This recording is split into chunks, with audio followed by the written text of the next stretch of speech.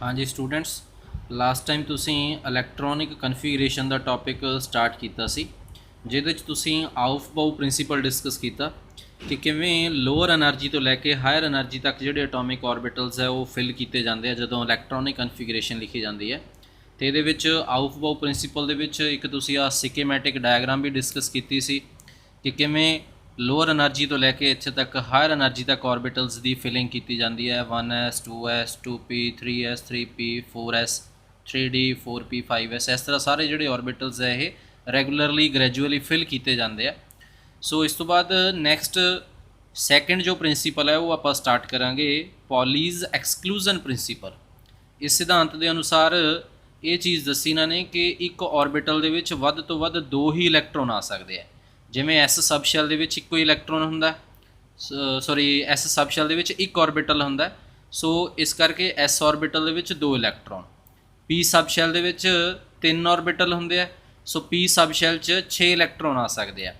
D सब शैल दे विच जो है 10 इलैक्ट्रॉन जिहड़े आ सकते हैं। एफ सब शैल दे विच 14 इलैक्ट्रॉन आ सकते हैं। सो एक ऑर्बिटल दे विच वध तो वध दो ही इलैक्ट्रॉन आ सकते हैं। जिन्ने सब शैल दे विच ऑर्बिटल्स उन्हां तो डबल उन्हां दे विच इलैक्ट्रॉन्स की फिलिंग की जा सकती है।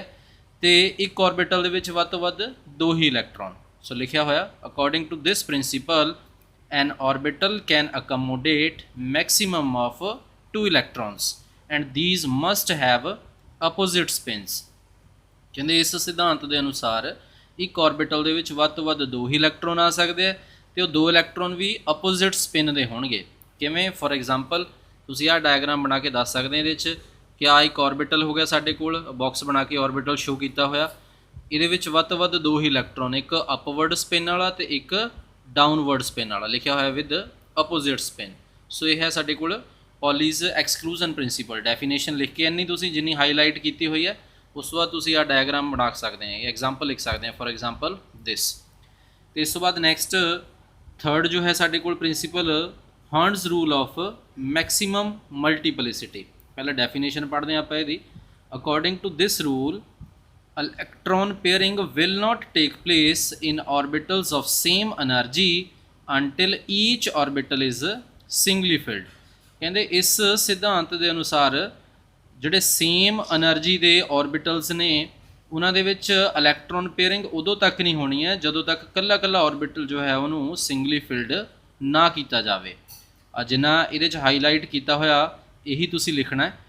डेफिनेशन तुसी पढ़ ली है, इस अकॉर्डिंग तो एग्जाम्पल दसदा फिर तो समझ आ जाएगा कि किमें आप पेयरिंग किमें करनी है तो किमें नहीं करनी। ये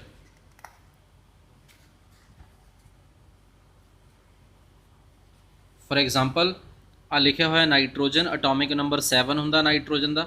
अपलाइंग हर्न्स rule nitrogen atom has 3 unpaired electrons in 2p orbital. So जो इलैक्ट्रॉनिक कन्फिगरेशन आप लिखिए तो साढ़े को इस तरह लिखी जाती है 1s2 2s2 2p। चलो इतने अलग अलग करके लिखा हुआ, वैसे तो डायरैक्टली आप लिख देने होंगे 2p उपर 3 पा दें, बट इतने चलो कले कले ऑर्बिटल के बारे दसिया होया 2px1 2py1 2pz1 क्योंकि यह हर्न्स रूल के अकॉर्डिंग इलैक्ट्रॉनिक कन्फिगरेशन लिखी गई। सो 1s ऑर्बिटल दो इलैक्ट्रॉन आ गए अपोजिट स्पिन दे, 2s ऑर्बिटल दो इलैक्ट्रॉन आ गए अपोजिट स्पिन दे, 2p सब शैल दे विच 3 ऑर्बिटल है, 3 बॉक्स बना ले मीनस 3 ऑर्बिटल्स ने। हुण 2p3 है वो तो इस तरह भी सकता सी कि एक इलैक्ट्रॉन अपवर्ड पा लिया एक डाउनवर्ड पा लिया, दो इलैक्ट्रॉन इत्थे आ गए तीजा इत्थे पा दिता, आ पाने की जरूरत नहीं सी। बट नहीं, ये गलत हो जाती जे उस तरह लिख दें आप। हंट ने आ चीज़ दसी है कि इलैक्ट्रॉनिक कन्फिगरेशन इस तरह लिखनी है कि सेम एनर्जी जिमें 2p ऑर्बिटल सेम एनर्जी का है तो पहला आह 3 दे 3 जोड़े ये ऑर्बिटल्स ने पहला इन्हों सिंगली फिल्ड करना है। तो बाद जो होर इलैक्ट्रॉन आ गया, मान लो इस तो बाद ऑक्सीजन की गल करिए, आ ऑक्सीजन है तो इतने 2p4 आ गया 1s2 2s2 2p4 p orbital 4 electron. तो इस तरह फिर बाद पेयरिंग करनी कि पहला एक एक एक 3 इलैक्ट्रॉन फिल कर दिते, बाद पेयरिंग कि फिर पेयरिंग करनी है।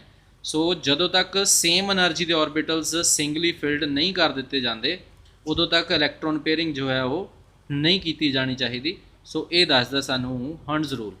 सो इत्थे बाकी भी तुसीं देख सकते हैं बुक दे विच कि किवें शुरू तो इलैक्ट्रॉनिक कन्फिगरेशनस जिहड़ियां ने एटम्स दियां लिखियां हुई। हाइड्रोजन का इलैक्ट्रॉनिक ਸੌਰੀ ਐਟੋਮਿਕ ਨੰਬਰ 1 ਹੁੰਦਾ, ਇਹਦੀ ਇਲੈਕਟ੍ਰੋਨਿਕ ਕਨਫੀਗਰੇਸ਼ਨ ਹੈ 1s1। ਹੀਲੀਅਮ ਦੀ 1s2। ਲੀਥੀਅਮ ਦਾ ਐਟੋਮਿਕ ਨੰਬਰ 3 ਹੈ 1s2 2s1। ਬੈਰੀਲੀਅਮ ਦਾ ਐਟੋਮਿਕ ਨੰਬਰ 4 ਹੈ 1s2 2s2। ਸੋ ਦੇਖ ਲੈਣੇ ਉੱਪਰ ਜਿੰਨੇ ਮਤਲਬ ਇਲੈਕਟ੍ਰੋਨ 1s ऑर्बिटल 'ਚ 2 ਇਲੈਕਟ੍ਰੋਨ, 2s ऑर्बिटल 'ਚ 2 ਇਲੈਕਟ੍ਰੋਨ, 2 ਤੇ 2 4। ਸੋ ਇਸ ਤਰ੍ਹਾਂ ਬੋਰੋਨ 'ਚ 1s2 2s2 2p1 ਕਿਉਂਕਿ 5 ਇਲੈਕਟ੍ਰੋਨ ਹੈ।